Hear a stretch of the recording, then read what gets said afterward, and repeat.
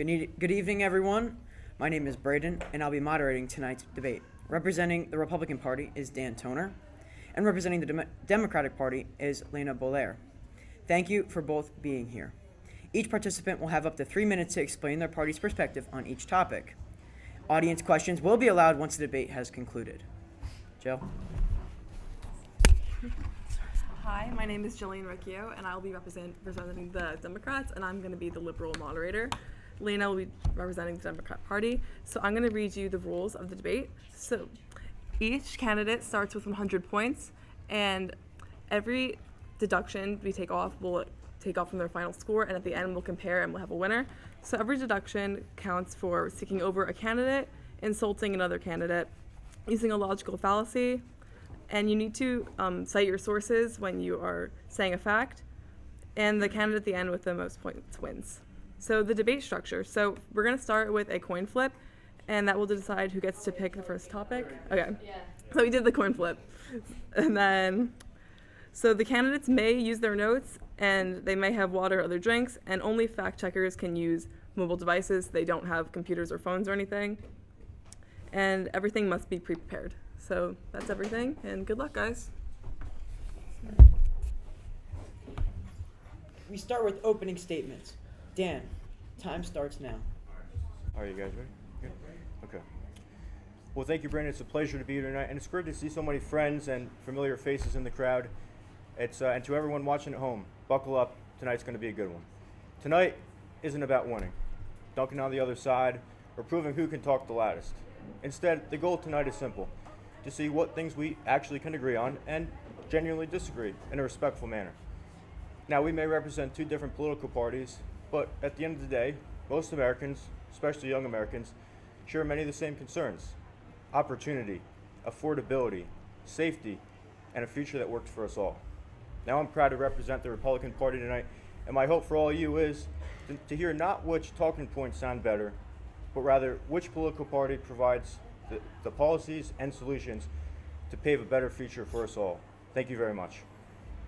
I'm going to pivot from that and take a different approach. She's obviously said everything we're trying to achieve tonight, but I'd like to start with a different opening. I was raised in a very Republican conservative family. I did not start caring about politics until I was about 12 years old. I used to go to CCD for my Catholic church stuff, and I recall sitting in the pews at around 12 years old. I think I was a few months out from getting confirmed, and I had someone come in for a pro-life organization that decided to speak on some matters on why abortion is wrong. I understand why the Catholic Church supports these beliefs, but sitting in the audience, I was absolutely gobsmacked. They compared abortion to the Holocaust, they compared it to slavery, they compared it to other deplorable acts that have happened in this world, and I started thinking, is this truly what we have to trade off and compare as Americans? Moving forward, I started noticing things in the news. Even during the 2024 election, I have been very vocal about the fact that if I were able to vote, I probably wouldn't have voted. I vote based on policy, or I will be voting based on policy, not party, and I found the acts of both to be nothing for what the American people should need or should care for. But then when Trump got elected, I started noticing some things. First of all, his deplorable cabinet picks. I remember talking with my father about how Caroline Leavitt was genuinely just a bad press secretary. She never stated any facts. She was extremely rude to those who came into her office. And I started picking up on certain political cues. I continued starting to read the news, starting to notice things that happen in our society that might not just have taken effect today, but have been set up over hundreds of years to make us the way we are, why we act the way we are. I had an eye-opening experience when I went to Greece. It was a very lovely thing. And we were sitting in this gyro shop, like a little kind of Greek wrap sandwich thing. There was a little girl there who I'm very well aware. She was there probably 6 years old. Her mother wanted her to go get money so she could have drugs. I wasn't going to give her money, but that doesn't mean I was going to treat her with kindness and disrespect. I saw some people that I was on the trip with call her a rat, a vermin, a scum, and other horrible names, despite her not speaking any English at all. When I spoke up and said, "That's not nice, you probably shouldn't do that," they said, "Whatever, liberal." Initially, I was kind of shocked by the name calling, but I decided from that day, if that is the name I'm to be given because of the beliefs I have, that is the name I will accept. I'm not a Democrat, despite what has been said. I am a true liberal. I believe in the freedoms that we have as Americans. I believe that everyone is guaranteed inalienable No matter where they come from, despite the country, if you are on this soil, you are granted the same exact rights as every other person. None of us are more special or less special than another because of our skin color, because of the way we speak. No reason. So that is why I'm here representing liberals, despite being raised very differently. Our first topic now. We start with each of your stances on abortion. Lana goes first. Lana, you may begin. So, as I heard about abortion, I really didn't know about the issue because I was 12. Why would I know about the issue? Why would I care about the issue? It was not something that I needed to hear. But what I was saying was that they were coming in telling me that it was worse than slavery, worse than the Holocaust, because of the numbers they pulled since the original Roe v. Wade decision in 1972, 3 or 4, I can't exactly recall, to the way they're comparing it now. This is actually prior to the overturning of Roe v. Wade, just a few months prior. So I did my own research, and to me, the original reason why I supported abortion is because I simply saw it as healthcare. I would never get an abortion. I will say it here, I will say it now. I would never get an abortion. I don't know if I could take the mental strain, I don't know if I could hold it. But that does not mean that other individuals do not want or need one. In fact, a lot of arguments that I have heard come from, life starting at conception, many of them coming from religious beliefs.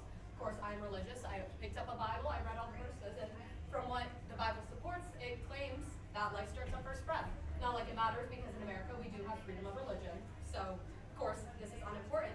But I found that many of the things Republicans do to, hate on abortion is claim that there is such things as late-term or late-stage abortions, say that this is harming someone who's basically about to be born. But instead, I did some research about the gestational age for abortions. I found that if a fetus has a gestational age of 6 weeks or less, there's about a 40% chance that the abortion is happening then. If it's 7 to 9 weeks, it's another 39 to 40. 10 to 13, around 14 to 15% of abortions happen at this point, and 14 to 15 weeks, about 3%.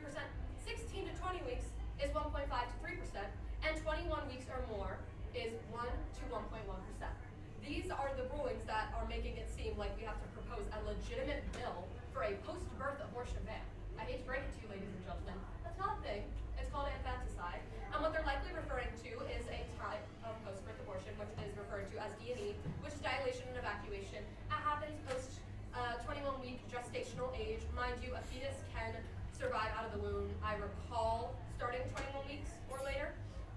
But it has to have, obviously, extreme medical help. It cannot start breathing on its own until about 26 weeks. So I did some research and I found that many politicians claim that fetuses will come out of this procedure alive and that doctors are literally slashing and killing them. Of course, that's not true.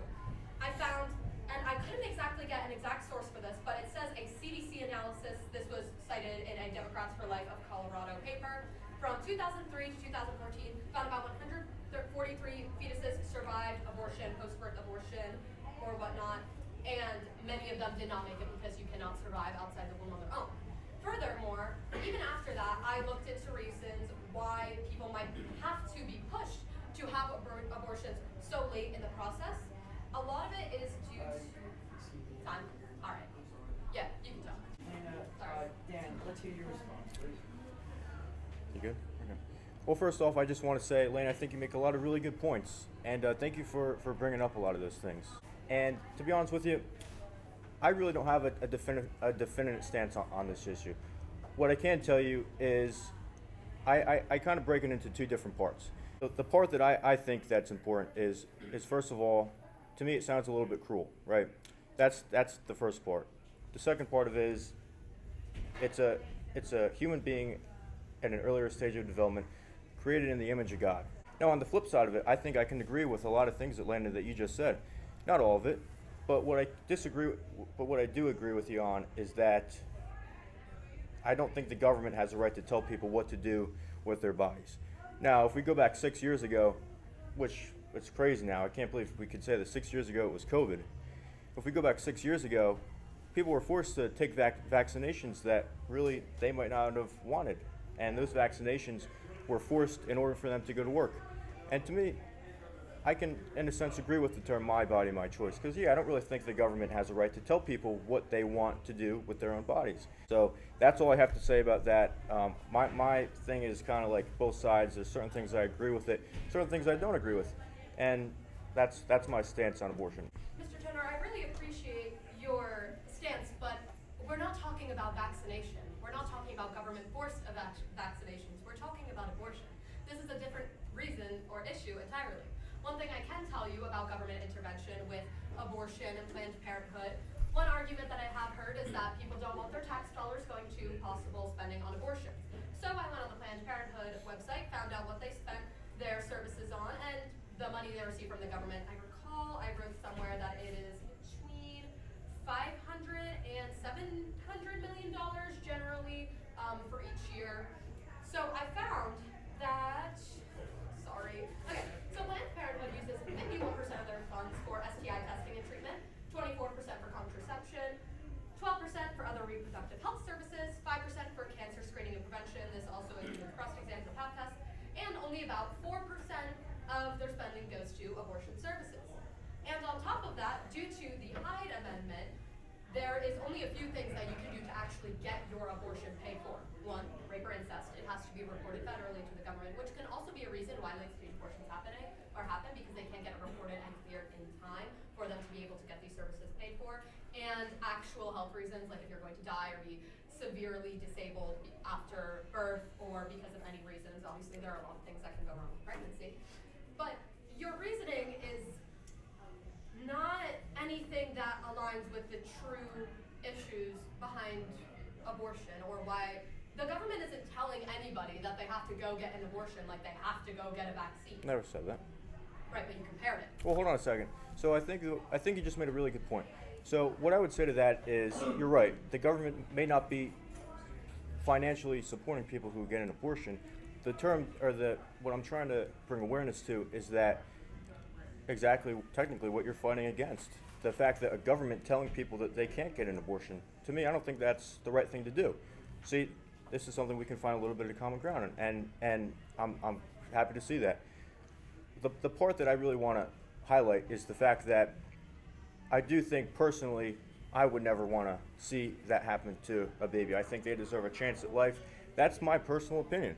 Now, for me to sit here and tell other people what they have to do, I don't know if I necessarily agree with that. So, really good point there, and so thank you for bringing that up, and I'm glad we were able to clarify that a little bit. So, But do you think that there is a good reason for why any states should say that women cannot have an abortion, other than the difference of a couple hundred miles or a large border? I support the fact of what the leadership of the Republican Party has said, which is let the people decide. For example, people in California are going to have a much difference of an opinion from people in Texas. People in New York are going to have a bigger difference, or even New Jersey are going to have a difference of an opinion than a family in Florida. And at the end of the day, I believe that people should decide, leave it to the states, and let the people decide for what they want best. And if you don't like it, vote differently. That's what I would say to that. Let the people decide. All right, topic 2, Second Amendment and constitutional carry. Dan, you can begin. Well, there's no question that New Jersey has some of the strongest gun regulations in the country. A well-regulated militia being necessary to the security of a free state. The right of the people to keep and bear arms shall not be infringed. These are the words we read in the Second Amendment. Now, Democrats have made clear that they don't support the Second Amendment right. In fact, according to Gavin Newsom's proposed 28th Amendment, they want to strip our Second Amendment rights away. Now, take this. 29 states of our union support the Second Amendment in its full capacity. We call them constitutional carry states. Any member of the public, 18 years or older, is allowed to purchase and carry a firearm without a permit, openly or concealed. That's what the Second Amendment states. Now, Republicans are pro-Second Amendment all the way because we don't believe that citizens should have to beg the government to exercise their right. Thank you very much. Yeah, I mean, I do understand the Second Amendment's existence. I have no plan on hoping that someone takes it away. I understand it is our right as Americans, but I'm just gonna start here with a hypothetical question. Very hypothetical. If you had owned a gun, or if you already do, I'm not too sure, would you give it up if that meant there would not be a single gun death in the United States each year? This is an absolute question. No one will be bringing guns across the border illegally. Absolutely no one gets killed due to a gun death. Would you give up your gun? Well, I feel like when we're talking about deaths as far as certain freedoms, I think that we have the freedom to own a gun. Now, whether what somebody does with that, that's a people problem. That's not a gun problem. What we have in this country is not a gun problem. I want to make myself very clear on that. We have a mental health problem. You see, for too long, people have been misguided by the concept of firearms. You see, back in the 1970s and 60s, people would have gun clubs in schools.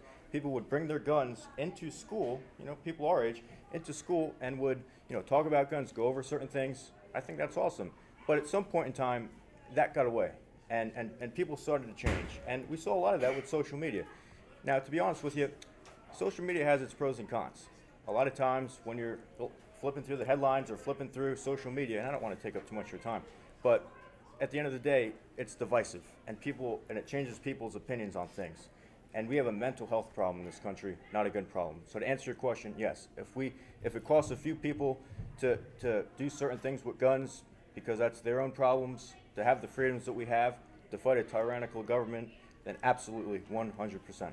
So you would not give up your gun if it meant that not one single person would die? No, absolutely not. Absolutely not. Well, that's definitely interesting. Is it? So, I guess we could just look at some. Now, once again, I'm not against guns. Maybe I'll own one day. I don't know. I don't really should. have a reason to own one. I don't hunt or anything. But I would like to point out homicides per 100,000 in G8 countries, which includes, for those who don't know, the United States, Italy, Canada, United Kingdom, Japan, Germany, France, and Russia. So most of the developed world. The United States has 3.2 gun-related homicides per person per 100,000 people, as compared to the trailing, which is Italy, with 0.071 gun deaths per 100,000 people. Now, furthering my research, numerous studies have shown that the higher rate of gun ownership has in fact led to higher rates of gun deaths in America. Correlation, causation.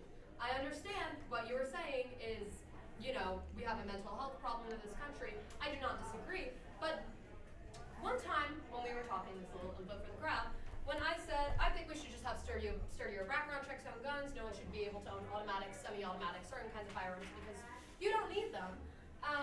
And you said, I just think the government shouldn't, have anything to do with it at all. I think people should be able to get whatever guns they want.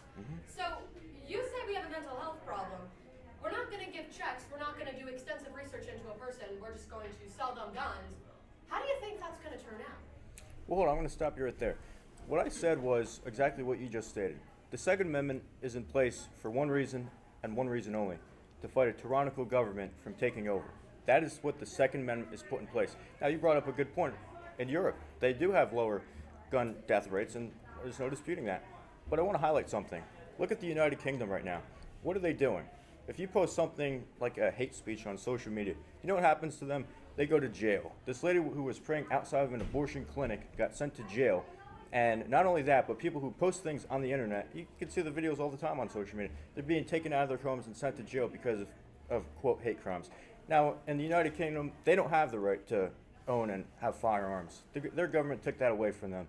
And to me, that's the most scariest thing, because in a perfect world, sure, we take everyone's guns away. Congratulations. What do you think the government's going to do? All it takes is one person who is crazy and out of touch to do something, put in policies, and we have no way to defend ourselves. Not only that, what do you think's keeping our country so safe? Why don't you think the Japanese invaded back in World War II?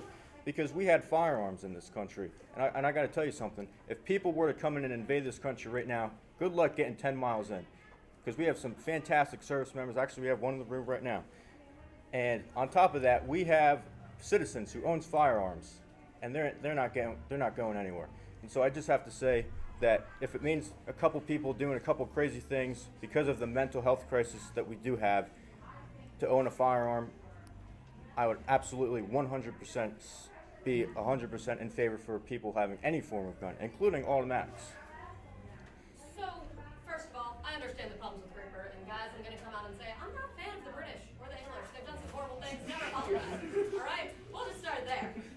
But, furthermore, why on God's green earth would anybody, any civilian, so let's just say people in the room, I know there are multiple combat, active, and retired. I know Corey has standing back in the room. My father was in the military for 23 years. Why does anybody need an automatic weapon? Well, hold on a second. What does the government? What does the military use? Does the military use automatic weapons? Yes, they do. If the world comes to an end and the government chooses to do something crazy, we should have equal amount of firepower to defend against a tyrannical government and military from moving in if it ever happens. I don't think it ever will, but if it does, we need to have the ability to defend ourselves in whatever capacity is necessary. So you would say, what if I had lots of mental health problems? What if I, hypothetical, I would never do this because I'm not insane and deranged and a horrible person, decided to get an automatic weapon and, let's just say I went on to school grounds. Mm-hmm. I have an automatic weapon on school grounds. What if I was a deranged, terrible, horrible person and shot a bunch of people? Well, I think you bring up a good point. There are certain instances in this country where people do terrible things, and there's no disputing that. And that's why we need to do more to help those people and help the mental health crisis in this country. But one thing I really want to highlight is the fact that, once again, we have a strong and military, which I'm very proud of. And if they were to ever, be influenced or told what to do, just to follow orders, we need to be able to have the defense to not only protect ourselves and our family, but the future of our country, to preserve that freedom, to preserve our Constitution of the United States, and to do those very things. And in order to do that, we need to have our Second Amendment right, which unfortunately, from some of the talking points you're saying, and members of your own of the Democratic Party, they are trying to strip away from us. Do you know what the 28th Amendment proposed does? Oh, you Yes. do? Still not Democrat. Okay, well, I'm just saying you support a lot of their policies. Now, the 20th Amendment wants to take away so-called assault weapons. What do you think that's going to do? To me, I can never support such a thing. And I do want to just say something right now. I think that the fact that we're having this conversation is a good thing, because we're not going to agree on everything. And I want everybody in this room to know that. And it's okay, because for too long in this country, I feel like we've grown so much more divided than we actually are. Because we don't have to hate each other for having a disagreement. So I do just want to come out here, and I've said it before, and I'm going to say it again. Thank you for bringing up what you believe in, because it's important that we do these things, and I really appreciate that, even though we disagree. Okay. So, I understand you've already said that practically some gun deaths must happen to preserve our Second Amendment rights. I'm just, I'm a little bit up in arms. I don't want to be controversial here. I'm not saying it's right. I'm not saying I support it. I understand it was a horrible thing. Charlie Kirk once said the same exact thing. We all know what happened with him. Very tragic, very sad. So when everyone is going online and posting about how horrible and tragic it is, and why would anybody ever do such a thing, do you think that perhaps if gun laws were stricter in America, that may not have happened? Jack? Absolutely not. What I would say to that is this. I think if Charlie Kirk were standing here right now, which, by the way, I know plenty of people who have known the guy personally, and I just have to say this. I think that the fact that he was taken from this earth, a truly amazing man, the fact that he was murdered in such a terrible, terrible way, if he were standing here right now, is the exact same thing he would say, just like he did on that stage, which was, people deserve the right to the firearm, regardless of if it means something bad happening, and including if it meant them. And that's exactly what he believed, and that's what I continue to do in his legacy, absolutely, 100%. I'm really just trying to wrap my mind about it. You're saying that if people were allowed to own guns in this country, what if the victim was your mother, your father, your sibling? I don't know if you have any. What if it was someone close and personal to you? If it was someone close and personal to me, I'd be pretty upset. I'd be pretty angry. Are you really, really, really, really sure you're willing to make that sacrifice that way, just in case we might have to rise up against a tyrannical government? Reminder, I'm not saying we should have guns taken away. I'm just saying that some of them, like automatic, semi-automatic weapons, are very unnecessary. Well, I think you're being a little hypocritical there. You say you don't want to take people's guns away, but then you just go and say you want to take automatic guns away. So what is it? Now, what I would just say to that is, the fact that terrible things happen in this country is a truly sad and bad thing. And again, there's no disputing that. But the fact of the matter is that in order to preserve the freedoms that we do have, certain things do happen. And for those things that do happen, we need to find out solutions to solve them. Mental health. Why aren't we doing more to solve the mental health crisis? I'm very advocative about that, especially to members of my own party. And I'm okay with that. But why aren't we doing more to help them? we need to be doing that. Because there was a time in history where guns were a super big part of, American culture, and it still is. At some point in time, we went wrong. And when did we go wrong? When the social media came in. Where did we go wrong? When we stopped trying to help the people who needed help with mental health disorders. We can, of course, look into doing background checks, but keep in mind, we have a lot of background checks in now. So what are we going to do? It takes like a month for somebody to get a firearm, and then you got to wait another month. So there's definitely certain boundaries we have to put in place. But at the end of the day, we can always find solutions. We can always, work to get more background checks. And at the end of the day, that's my stance, and that's what I believe in. I mean, I'm sure if someone really wanted a weapon, they can wait. We all wait for things. We all have to have patience. I don't think anyone should be able to. If this is what you're saying, then please let me know, and if not, please correct me. Someone should be able to go into a gun store, minimal checks, ID, things like that, pay for the gun, walk out with it. Is that what you're saying? Well, hold on a second. 29 states already recognize this right. It's called a constitutional carry state, which, by the way, a lot of Democrat states have too. Vermont, New Hampshire, Maine. This isn't something new. Now, it's not normal here because we're not a constitutional carry state. You could still get your permit, which, I would absolutely look into doing, which I will do when I get to the right age. But at the same time, this isn't something new. This has been going on for years and will continue to go on. What I'm advocating is this. 29 states recognize what you just stated. Let's make it 50. End of the day, that's what needs to happen. The Second Amendment's very clear, and that's what I support. Okay. So that's all well and dandy. I understand the constitutional carry. Since it seems we cannot come to exact consensus, I just have one last question for you. What do you need to do, or why do you want to have a gun? Well, hold on a second. Who's saying someone's not going to come in right now? Who's saying someone's not going to go down on the street to do something? Do you really think that if someone were to come in, even in school, what do you think we have armed guards for? That's a good thing. We need more of them. If someone were to come in right now, unless there's, of course, someone who's concealing now, but no one's going to do anything. We're all sitting ducks. We need to have the right to defend ourselves, especially in our cities. Look at, some crime in the cities. If something happens, you should have the right, which we do have. Some people just put more rules and regulations over it to hide it.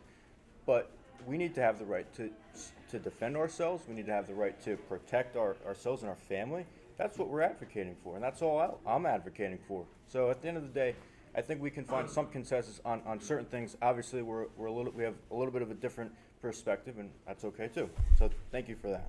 Yeah, I mean, if self-safety is truly the reason why you believe we should have a gun, and you probably don't agree with me on this, I don't see why it should be a problem for us to be able to wait, hold up for a minute, take the necessary time needed for background checks, because at the end of the day, the day you turn 18, you can go apply for a gun. You'll probably live in your parents' house for at least 2 more months, be able to acquire that gun, and then go live on your own. There's your self-defense. So to me, I just find it unnecessary, okay? I find it unnecessary. I understand the need for self-defense, and I do stand behind that. Maybe I'll own a gun one day in my house for self-defense.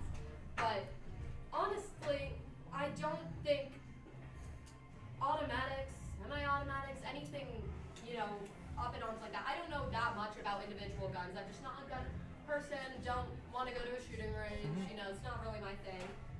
Of course, I'm not pushing that onto you, but do you really think you need to go to that length just to protect yourself? Well, do you really think criminals have to go to the length to steal things? I think they do, because it's proven that they do. If you're in the store, cash registers get robbed. If you're walking on the sidewalk, your wallet might get stolen, or things like that. Or something even worse might happen. So yeah, that is my stance, and I respectfully disagree. I'll just leave it at that. And now I know we got a couple more things we got to get to, so I don't want to hold up the crowd. So thank you for that. Thank you guys so much. Let's move on to topic 3, immigration and sanctuary states. Let's begin with you, Dan. Yes. Well, there's no question that sanctuary state policies are bad for public safety, bad for the rule of law, and bad for taxpayers. Let me be clear. Opposing sanctuary states does not mean opposing immigration. You see, for too long, the misconception is that we have to be against anybody coming into our country, and that's simply not true. The argument that I would make is you have to do it legally. You see, take this. If you were at Six Flags Great Adventure and you were waiting online, And all of a sudden, which by the way, you're waiting there a long time, and all of a sudden a bunch of people came in and cut the line. I don't think that's fair, and I don't think you'd be very happy about that. All we're saying is there's a process. Come into this country. Millions of people have in the past, including I'm sure all of our bloodline has. I know for a fact mine has. But you have to do it legally. Do it the right way. And at the end of the day, that's what we're advocating. So what's the solution? Well, Republicans in New Jersey have two solutions that I feel are very important. Number one, we need to revoke all sanctuary state policies. This would allow law enforcement to do their job, work with federal agencies, and get a lot of the people who need to be waiting in line out. Now we can look into doing it the right way, or you want to say not deporting them with their families. Sure, I'm all for that. We don't have to be all, super gung-ho about it like sometimes the media makes it look like. But what I can tell you is it has to be done, because New Jersey Assembly Republicans estimate that $7 billion a year go to funding illegal migrants. That's a fact. NewJerseyAssembly.com. That's where you can find that. At the end of the day, it's as simple as that. We have an affordability crisis in New Jersey, and we're going to get to that in just a minute. But this is money that we're wasting that should be spent on citizens, taxpayers, people like us. When we go to a job, we have to pay taxes. When we go to the gas pump, we pay taxes. Why is it that somebody who cuts the line, cheats the system, gets these same rights that we have when they're not even participating in the same system that we all are? The next part of that is we need to revoke all driver's licenses for illegal immigrants. How is it fair that when we go and take our driver's test and do all these things and wait a long time and do everything the right way, these people just come in across the border and get these things for free? And to me, that's not right, because if you want to participate like a citizen, you have to be a citizen. And that, at the end of the day, is what I'm fighting for. At the end of the day, that's what my party is fighting for, and I will never apologize for that. So thank you very much. So, I guess all I could really say to that is, do you think it'd be worthwhile for the United States government, instead of spending so many billions of dollars on ICE, to, for the law enforcement officers, of course, to pivot that spending into making sure that we know who is legal coming to this country, to quicken the process? Because I'm sure, and you might be able to fact check this, that if we quicken the legalizing process and make sure that we have enough money going into that way, it's fast, safe, reliable, no criminals are coming in, then, there'd be less of a need for illegal people to come in and take our tax dollars. Do you think that makes sense? I think that the system that we have right now, certain reforms could be made, but these are people, which, by the way, there's hundreds of thousands of people waiting in line to become citizens into our country. I've known a couple, and they did it the right way, and great, now they're here, now they're United States citizens. Congratulations. Now you get to participate in our society. Now you get to do certain things. Now, as far as people coming in, obviously, for travel, somebody who lives in Europe and wants to come travel here, obviously we're not advocating for them to be, deported. Come travel. That's why we have things like, certain cards and visas and whatnot, because they do things the right way. What we're advocating for is somebody who cheats the system to go back in line. That's all. It should be. It's a very simple argument. We're not saying, you hear some people on the right who are, right-wing extremists who say, oh, you have to be, all immigrants are bad, go away. No, let's be real here. We're Americans. As Ronald Reagan said, you can go to any place in the world, but the only place you could come to here and become an American is this country here. That's what he said, and that's what a lot of Republicans are advocating for, and that's what I'm advocating for. This is a simple solution, and with simple things that we just need to be put in place. So I hope that answers the question. Not really, but Oh, really? Okay. really quick, Ronald Reagan actually didn't say it. His friend sent it in a letter, and he said it online. Oh, Just really? A little bit of correction. Okay. So, I'm gonna have a yes or no question moment here. Sure. Really, no need for deliberation. Do you think it would make sense for ICE to allocate some of its funding from, law enforcement to instead going to background checks and making sure people could get into this country legally, quickly, and safely, so that way, if people who are denied come in, we can spend the money needed for ICE law enforcement to do the job? I think that our federal immigration agencies have a right to deport people who are not here legally. And at the end of the day, if people came here legally, we wouldn't have to spend all this money to get them out. But now that they did, we'd have to spend that money and extra money. And that's another thing. There's a financial side of this as well. This is costing us, these people coming in, it's costing us a lot of money. which I don't think it's right. Wait in line and wait your turn. So I'm just gonna move on. Still not really getting an answer. For the things that are saying our sanctuary state, I actually have a list of what the Immigration Trust Directive says. This is from the Attorney General of New Jersey. Here are some things that immigrants can, cannot, or what our law enforcement officers can, cannot do in New Jersey. Most of these I find rather reasonable. New Jersey police officers cannot stop, question, arrest, search, or detain an individual based solely on actual or suspected immigration status. They cannot ask the immigration status of any individual unless doing so is necessary to the ongoing investigation of a serious offense and is relevant to the offense under ICE or under investigation. The New Jersey polices cannot participate in ICE's civil immigration enforcement operations. They cannot provide ICE with access to state or local law enforcement resources, including equipment, office space, database, or property. New Jersey correctional officers cannot allow ICE to interview individuals detained on, or cannot allow ICE to interview individuals detained on criminal charges unless the detainee is advised of his or her right to a lawyer and signs a written consent form. They cannot continue to hold a detained individual arrested for minor criminal offense without certain prior convictions past the time he or she would otherwise be released from custody simply because ICE has submitted an immigration detainer request. New Jersey prosecutors cannot attack a witness's credibility at a trial based on his or her immigration status. They cannot seek pretrial detention of an individual based solely on his or her immigration status. And New Jersey's law enforcement agencies, pursuant to Directive in 2019, all NJ law enforcement agencies were required to develop procedures to assist victims and witnesses applying to T visas and U visas, which provide special immigration status for those cooperating with law enforcement investigations. Do you think all those are rather reasonable and provide every single person who steps on this ground what we would say, should say, are the rights that we should be granted as human beings? Any person who is not a citizen of the United States of America who crosses over the border without any form of, card or process that they went through is an illegal immigrant. Now, according to U.S. law, they're illegal. They need to go out. They need to wait in line. Now, for people who go through the process of getting their, Visa card or whatever you want to, go through or call them, then absolutely, they went through the correct process. They have a right to participate in the system that they worked hard to enter. I'm asking yes or no, is this reasonable or not? Well, I don't think you can make up the yes or no question. I'm giving you what my opinion is, and that's exactly what my opinion is. Now, if you don't like it, that's okay, but that's my stance. Okay, so that's fine.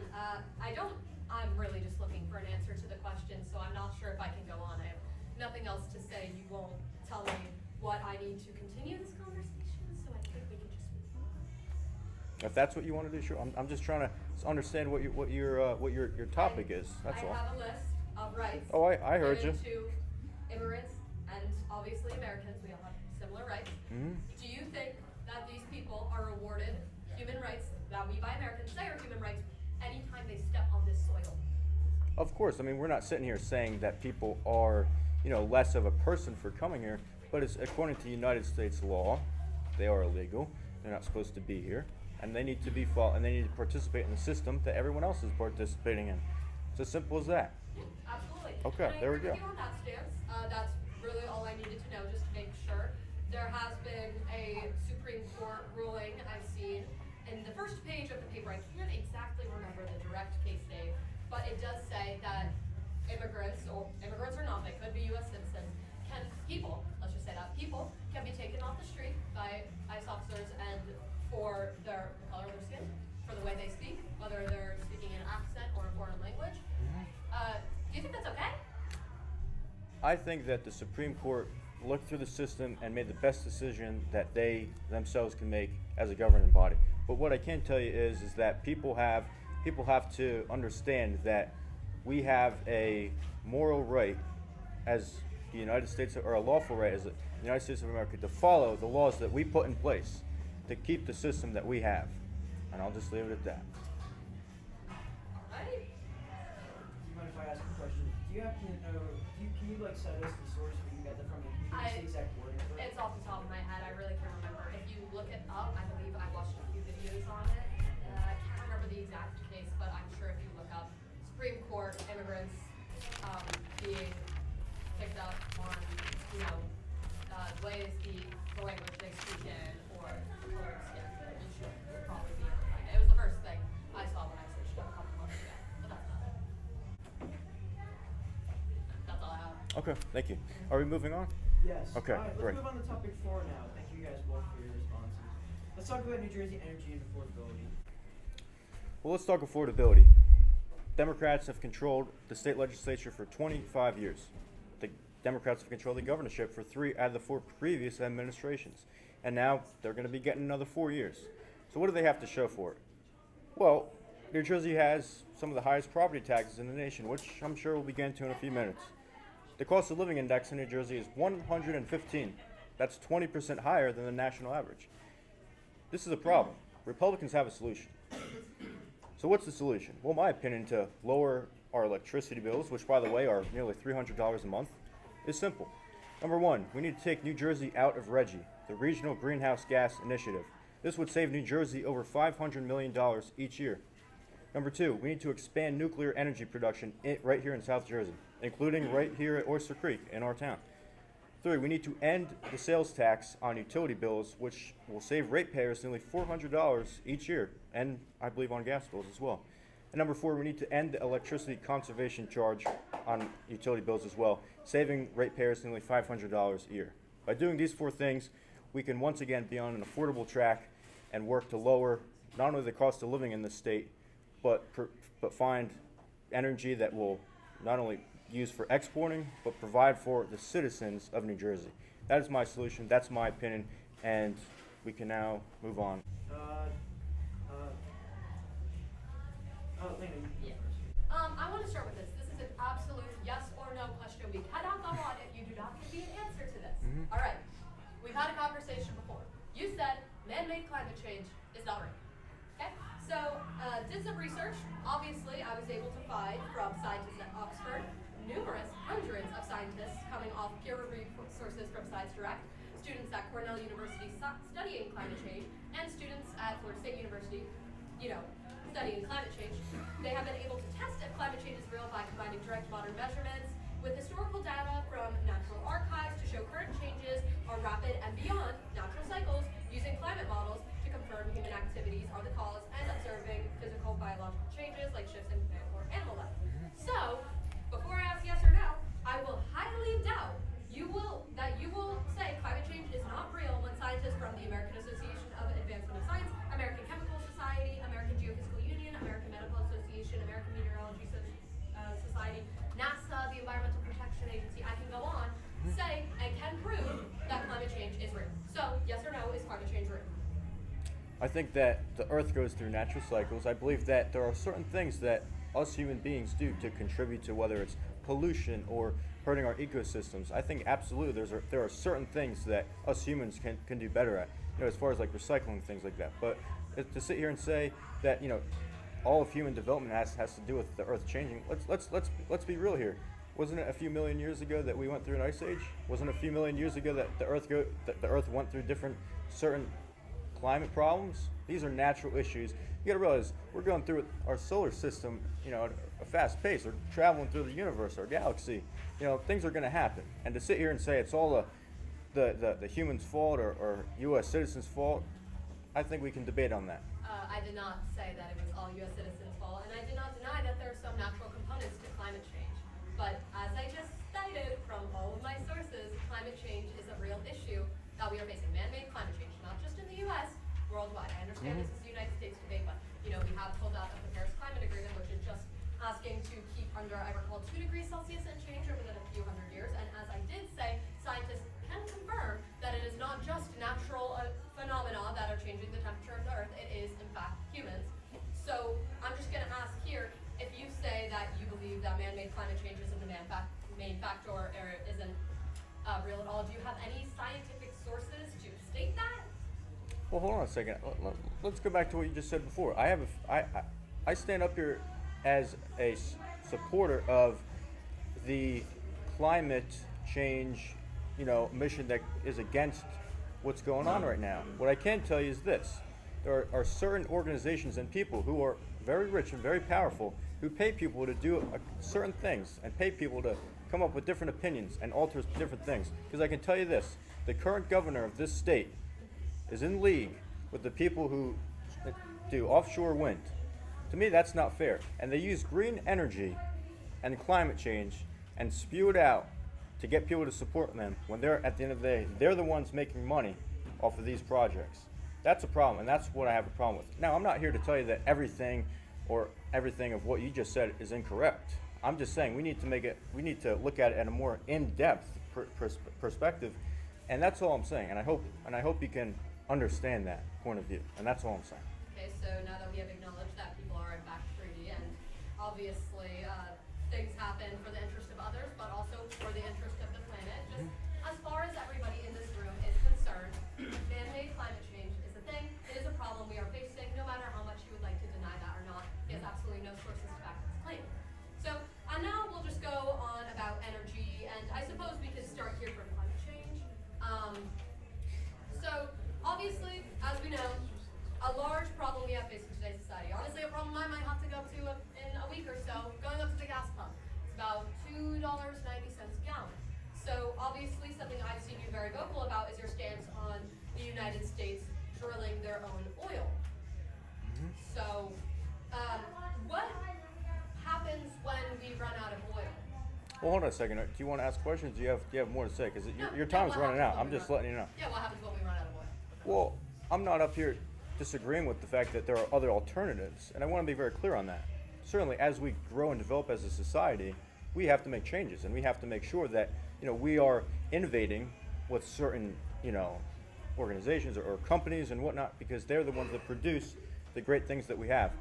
Now, what I will say is this: I believe that we have a understanding that in time we will run out of oil, and I'm not disagreeing with that. And here's something we can agree on, and just so everybody knows, and that's a good thing, right? But the part that I really want to highlight is that we do have to change. But right now, oil is the most efficient thing of energy that produces everything we have. And look around, we have a parking lot full of cars, right? Now we're getting into electric, and we can debate whether the electric cars are good or not, and that's for a topic for another time. But what I will say is that we can look at alternatives while at the same time maintaining the system that we have now. Otherwise, we'd be riding horses right now. I'm just saying that's what we'd be doing, right? We're all driving cars, right? So that's something that we have to look into, and I'm glad we can agree on a couple points there.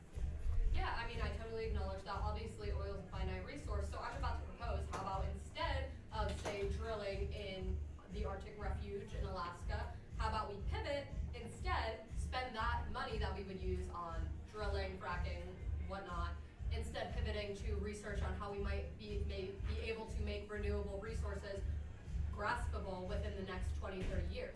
Obviously, I know that means we'll have to rely on foreign oil for a couple years, but at the end of the day, when we come back to renewable energy, it will completely bring back U.S. energy independence. So we won't have to rely on anybody for hopefully ever if we're able to get things right. So do you think it'd be wise to pivot our spending from fracking and oil drilling to research on how to make renewable energy fast, efficient in our cars? I'm not saying I like electric cars. Electric cars aren't totally come from a renewable Right. resource at all. But do you think it'd be smart to pivot our spending? What I will say is this: I think that there are, and I think you make a really good point, by the way, that there are certain things that we're spending money on as far as like in refuge, wildlife areas or stuff that have ecosystems. Right? Sure. If we can pivot to alternative areas of drilling that don't affect those things, I'm all for it. But I do have to just say this: if you're in support of paying other countries to give us oil, that's a financial burden on the taxpayer. Now, I just want to let you know that we are spending a lot of money to find alternatives and working with other countries, United States government subcontracting, companies that they are finding other alternatives. The problem is, and the thing that we really need to crack down on, is that certain companies are being paid the amount of money, it's all going to administration, and that by the time that the money is left, with the money that's left, nothing's getting done because all the money has went to paying the CEO or the administration. So what we have to do is this: we need to go directly to the source itself. We need to figure out solutions and ways that we could develop these, different alternatives without having to use wasteful spending. Because at the end of the day, we're going to be, according to you, paying other countries to import money, which is going to cost us a fortune, and then spend more money on companies that won't get to the root problem. It's a never-ending financial disaster, and I can never be in full support of that. What I would be in support of is continuing what we have now, cutting the wasteful spending where we are researching and going directly to the source. So that way we are making money through exporting our oil and using the money that we get from exporting and finding alternatives. That's a capitalistic standpoint, and that's exactly what I would be in favor for. So I think we can find a couple of disagreements there, but have the same overall goal in the end. So I think we can agree on a couple points there. Yeah, absolutely. I mean, I understand people can be greedy, even if they think it is for the greater good, whether it's for renewable resources in any sense. If you didn't know, gas and oil companies, last four of the major ones actually, Shell, Chevron, BP, and ExxonMobil, had profits of over $75 billion. And they keep plenty of oil in store. So either way, neither places are going right with spending money quickly, reliably, or sensibly.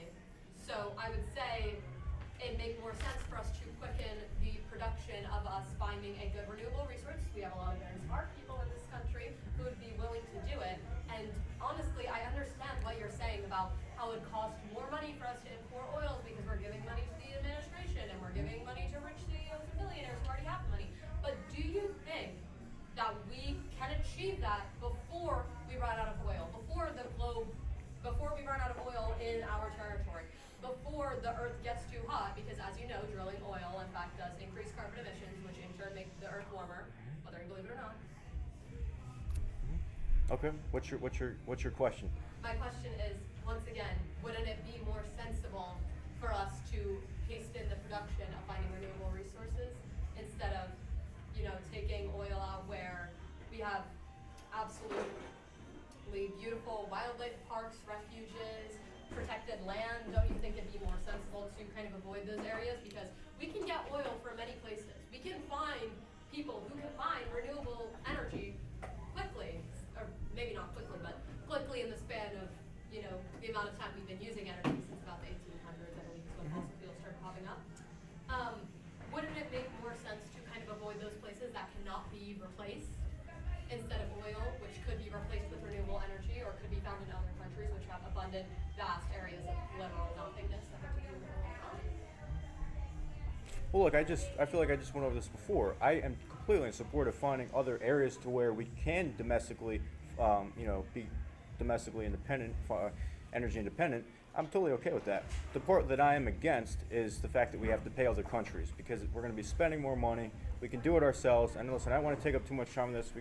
People got things to do, so let's get going on this. But what I would say is we can do alternatives. We can make changes. I think we can agree on a lot of different points. From my standpoint is we have to do it domestically, energy independence, export it for money, and use that money to invest in other alternatives. That is what I would be in support of. Okay. Are you aware of how much time that would take? Well, look at what we're doing now. We are energy independent right now, thanks to our president, and I'm completely, in support of that. So it's no different than what we're doing now. What we can do differently, again, is finding those alternatives and using the money we're making not only from tariffs but from oil exporting into finding those alternatives. So I hope that answers the question once again. Okay. How about this? What is the type of energy you think that we would benefit from pivoting to right now? Well, look, I'm not a scientist. I'm not here to tell you what I personally think. What I would tell you is this. There are a lot of very smart people out there who are able to find these solutions. And those are the people that we need to be going to. As far as, what I think is right, from my understanding, the Japanese have been, investing in propane and whatnot. Whether that works great or not, I don't know. I'm not an expert in that. But those are things that we can find a difference in. Those are things that we should look into doing. And I would be in complete support of that. You know what? I'll just say we can leave it at that. Good. I'm not exactly an expert scientist. I've only been taking, science and environmental science classes and engineering and all those things up the wazoo that may, tell me information about what is happening in this country, what is happening to our energy. But what I'd like to just leave this topic on, the United States cannot take more oil drilling in many locations. We will lose some of our most beautiful biodiverse areas because of it. I understand there are a lot of downsides to many other kinds of energy, and that's why I think we should be able to pivot to finding renewable resources fast and quick. And just one more thing, don't worry guys, climate change is real. That's all I have to say. All right, for our fifth topic, we're going to be discussing taxes.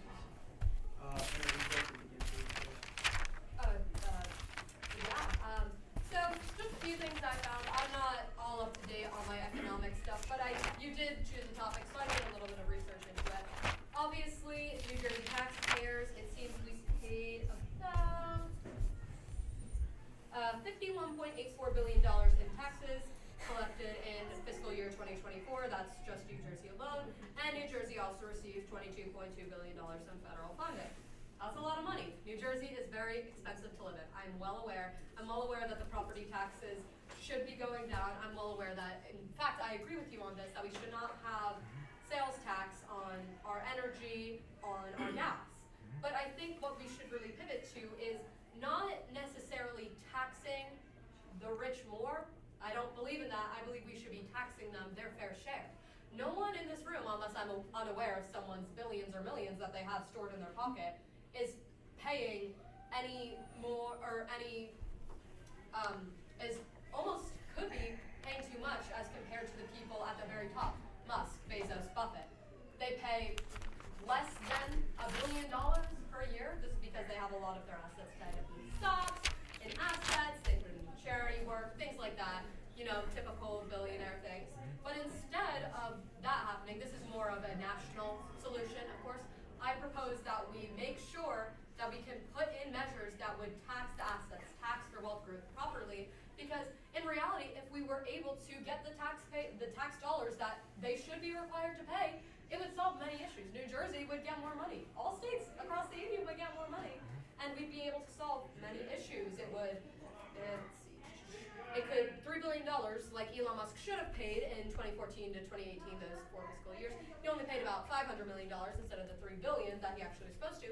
It could have instead provided free community college for over 1 million students. It could have provided students with universal school lunches. It could have brought clean water infrastructure to projects in cities like Flint. And it could have had significant boosts to child tax credits or even affordable housing grants.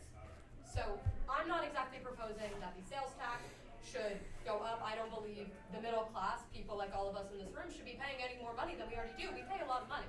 I'm very well aware that New Jersey is an expensive state to live in. We have to pay to go on the beaches, people. Really? We pay taxes for that.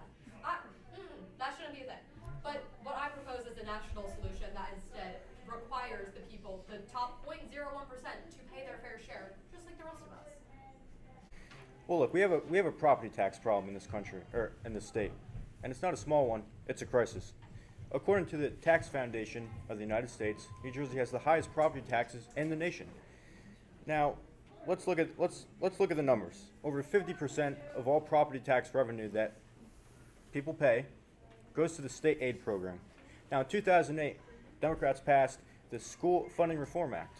Now, what that did is it takes the money that the state takes from each town's property tax revenue and redistributes it, but not evenly. And that's the problem.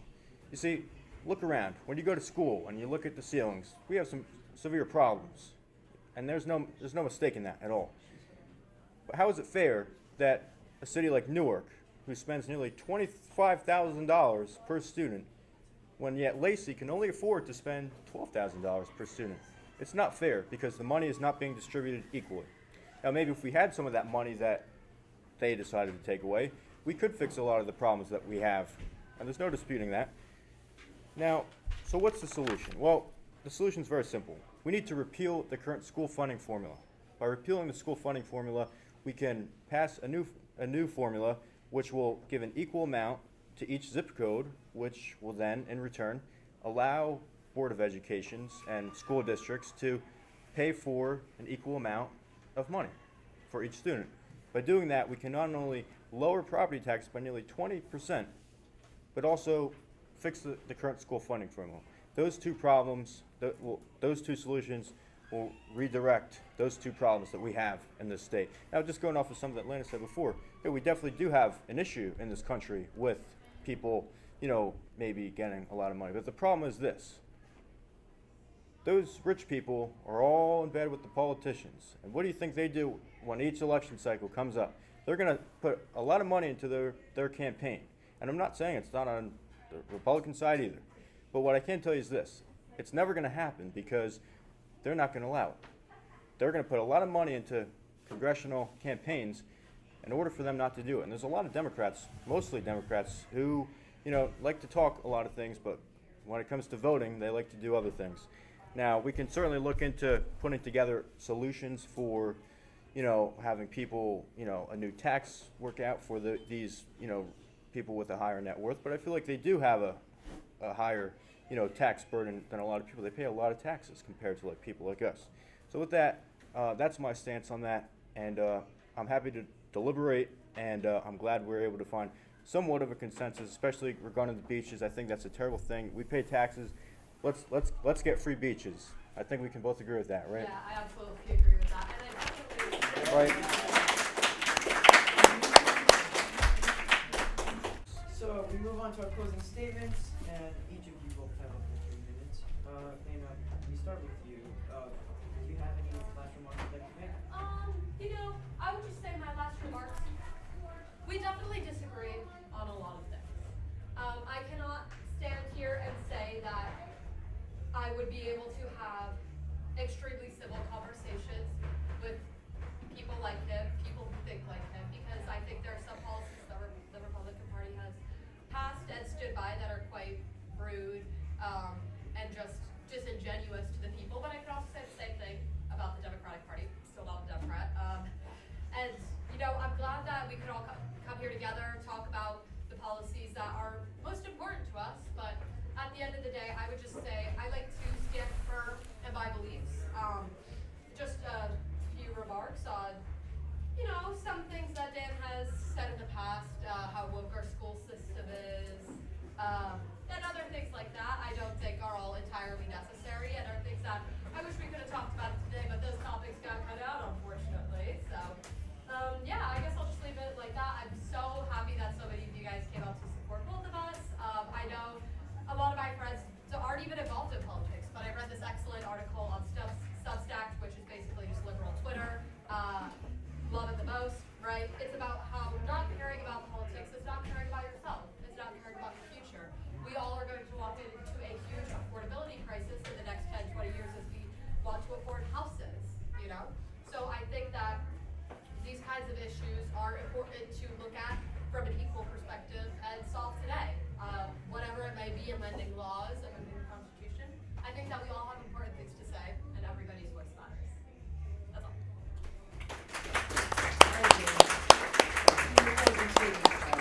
Well, thank you, Lena. That was very kind of you. I think that was a great closing speech. Here's what I'll say. New Jersey's facing challenges. High taxes, family burdens through policies and taxes put in place by the Democrat legislature we have right now. And we have a broken school funding problem, a broken school funding formula. These are problems that need to be fixed. Tonight, I've represented the Republican perspective, and my hope for all of you is that you've listened to what we both had to say. Certain things maybe we don't agree with, and that's okay, and that's perfectly fine. And that's a good thing, because our country would be pretty boring if we agreed on everything. But what I think we can all agree with tonight is that by listening to both sides, we were able to come to a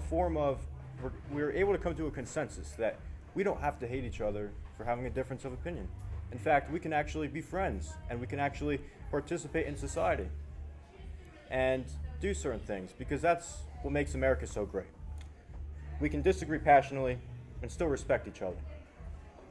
This is how progress happens. This is how New Jersey moves forward. This is how we get things done. I want to thank you all for coming. May God bless you all, and may God bless the United States of America. Thank you very much.